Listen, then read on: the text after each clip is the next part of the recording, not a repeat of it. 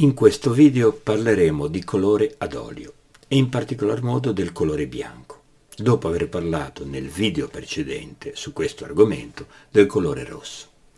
Prima di cominciare un ringraziamento per aver scelto questo canale e per esservi iscritti ad esso. Se mi state seguendo e non lo avete ancora fatto, potete farlo cliccando in basso a destra. Non solo, potete condividere il video se lo ritenete interessante, mettere un mi piace e commentare. Ogni commento è per me importante ed è anche un modo per interagire e per scambiare opinioni ed esperienze. Ma incominciamo subito ad entrare nel vivo della questione.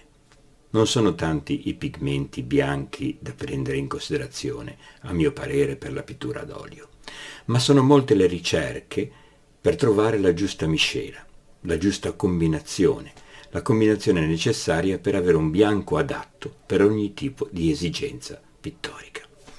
I pigmenti principali per quanto riguarda la pittura ad olio sono essenzialmente tre, a mio avviso: il bianco di titanio, il bianco di zinco e il bianco d'argento, o bianco di piombo, e poi altri che sono secondari e che nell'impiego della pittura ad olio a mio parere non sono adatti o superflui.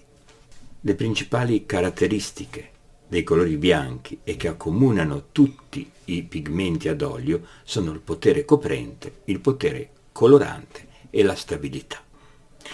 Il potere coprente, lo ricordo, è la capacità di sovrastare le altre tinte, quindi di coprire il colore sottostante. Il potere colorante è la proprietà di colorazione nei confronti di un'altra tinta se viene mischiata ad essa. Se è molto alto, il potere colorante servirà poco colore per incidere sul colore con cui lo vogliamo mischiare, e se è molto basso avverrà il contrario. Infine la stabilità, che è la capacità di resistenza in modo maggiore o minore alla luce e agli agenti atmosferici in generale. Ma veniamo ai tre pigmenti principali e ne parliamo in maniera un pochino più approfondita. Iniziamo con il bianco di titanio, che è il più recente tra i pigmenti introdotti nell'uso della pittura ad olio. Il bianco di titanio è l'unione di tre componenti chimici: il biossido di titanio, che è il componente principale, il solfato di calcio, che non è altro che il gesso, e il solfato di bario. Questa composizione permette di avere un pigmento inorganico minerale sintetico. È ricavato per estrazione dall'ilmenite, che è un composto di ferro e titanio, e poi calcificato. Ha un'altissima stabilità alla luce, tende ad indurire un poco e quindi a sfarinare quando asciuga. Per questo motivo, come abbiamo detto in un video precedente, di cui metto il link in alto a destra, viene, nel caso della pittura ad olio, spesso preparato unendo una percentuale bassa di bianco di zinco, che concorre a fargli assumere due proprietà interessanti: quella di non sfarinare e quella di evitare di ingiallire nel tempo. Ha un potere coprente molto alto, ma anche un potere colorante altrettanto alto, quindi attenzione al suo uso perché tende ad opacizzare le tinte con cui viene mischiato. Spesso questi colori sono mesticati in olio di catramo, oltre che olio di lino, olio di noci, che ha la qualità di rendere il colore più elastico e più morbido.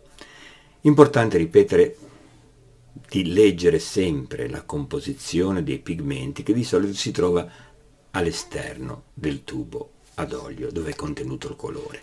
Ad esempio, PW4 sta per ossido di zinco e PW6 per bianco di titanio, dove P sta per pigmento, W sta per white, quindi bianco, e 4 è un numero progressivo.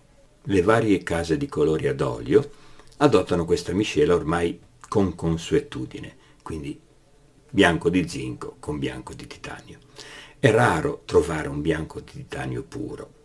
Ci sono esempi anche curiosi, come la Maimeri o altre case, che presenta sia il bianco di zinco che il bianco di titan zinco, che il bianco di titanio e anche il super bianco rapido, che sono composti tutti e quattro da bianco di zinco e bianco di titanio, ma miscelati in proporzioni diverse, per ottenere una gamma di corrispondenza fra la capacità di copertura e capacità di coloratura che possa venire incontro alle varie esigenze pittoriche. Quindi la pittura è ancora una volta una prova, quindi una sperimentazione sui colori. Quando noi troviamo un colore bianco o una casa che ha questa gamma di tinte e di tonalità e di pigmenti, non dobbiamo fare altro che provarli, oppure, come potremo fare anche per uno di questi video, è testarli proprio e presentare il loro test e vedere come si compongono con l'una o con l'altra tinta a seconda del tipo di miscelazione che hanno. È una cosa che potremo andare a fare in seguito. Ora veniamo al bianco di zinco. Anch'esso è un pigmento inorganico minerale sintetico ed è stato, per così dire, inventato da Guiton de Morveau nella metà del 1700 e più precisamente nel 1746. Lo zinco viene bruciato e ossidato a 1000 gradi centigradi in materiale refrattario. Anch'esso, il bianco di zinco, è molto stabile alla luce e anche all'umidità, asciuga lentamente e ha una copertura media. A differenza del bianco di titanio è poco colorante ed è tendenzialmente preferibile da usare per schiarire gli altri pigmenti, è meno invasivo del bianco di titanio puro. Ha una particolarità però, che tende, se dato molto a corpo, a screpolare. Il bianco di zinco si trova puro e miscelato sia al catramo che all'olio di girasole e di lino. La Hold Holland è una delle poche case che ha in catalogo invece il bianco di zinco e il bianco di titanio puro, almeno così dichiarato, ma anche un colore, come la Maimeri, chiamato Mixed White, che è composto appunto da bianco di titanio e bianco di zinco.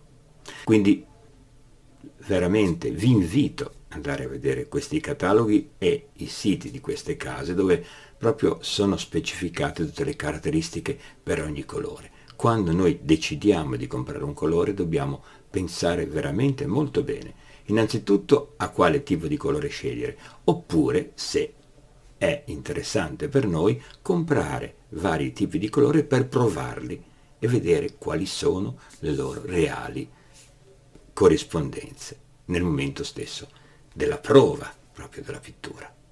Ora veniamo a descrivere uno dei bianchi più discussi e interessanti, sia dal punto di vista storico, per essere il bianco più antico fra le miscele che prendiamo in esame oggi, e sia perché la sua alta tossicità, soprattutto per chi lo fabbrica, ne ha fatto uno dei pigmenti più ricercati. Parliamo del bianco di piombo o bianco d'argento. Questo pigmento è stato impiegato nella pittura sia a tempera che a fresco e poi ad olio, fin dai tempi molto antichi, quindi parliamo del prima di Cristo. Quindi un bianco molto molto usato che ha avuto un'evoluzione importante fino ad arrivare fino ad oggi, dove è stato praticamente in parte soppiantato dall'avvento del bianco di titanio. Ma veniamo a vederlo più in dettaglio. Innanzitutto bisogna fare un poco di chiarezza, perché i nomi con cui è indicato dalle case che lo producono può ingenerare confusione. È facile incontrare nei cataloghi questi due nomi, dove è presente come Flake White e Kremnitz White. Il Flake White, o potremmo volgarmente chiamarlo bianco a scaglie, prende il nome dal metodo usato per la produzione antica della vernice di piombo, ottenuta usando e macinando le scaglie del carbonato basico di piombo ottenute dal metallo.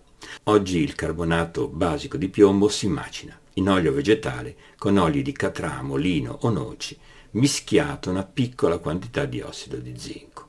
Mentre il bianco Kremnitz, il cui nome deriva dalla produzione in Austria a Klagenfurt del bianco di piombo che veniva estratto da miniere vicino a Krems, che il fatto di essere estratto vicino a questo luogo ha in seguito dato ragione per una storpiatura del nome che è stato associato a questa località, quindi da Krems è poi stato storpiato in Kremnitz ed è quello con cui viene nominato e conosciuto oggi. Questo tipo di bianco di piombo si ottiene miscelando il carbonato basico di piombo puro con gli oli senza aggiunta di zinco.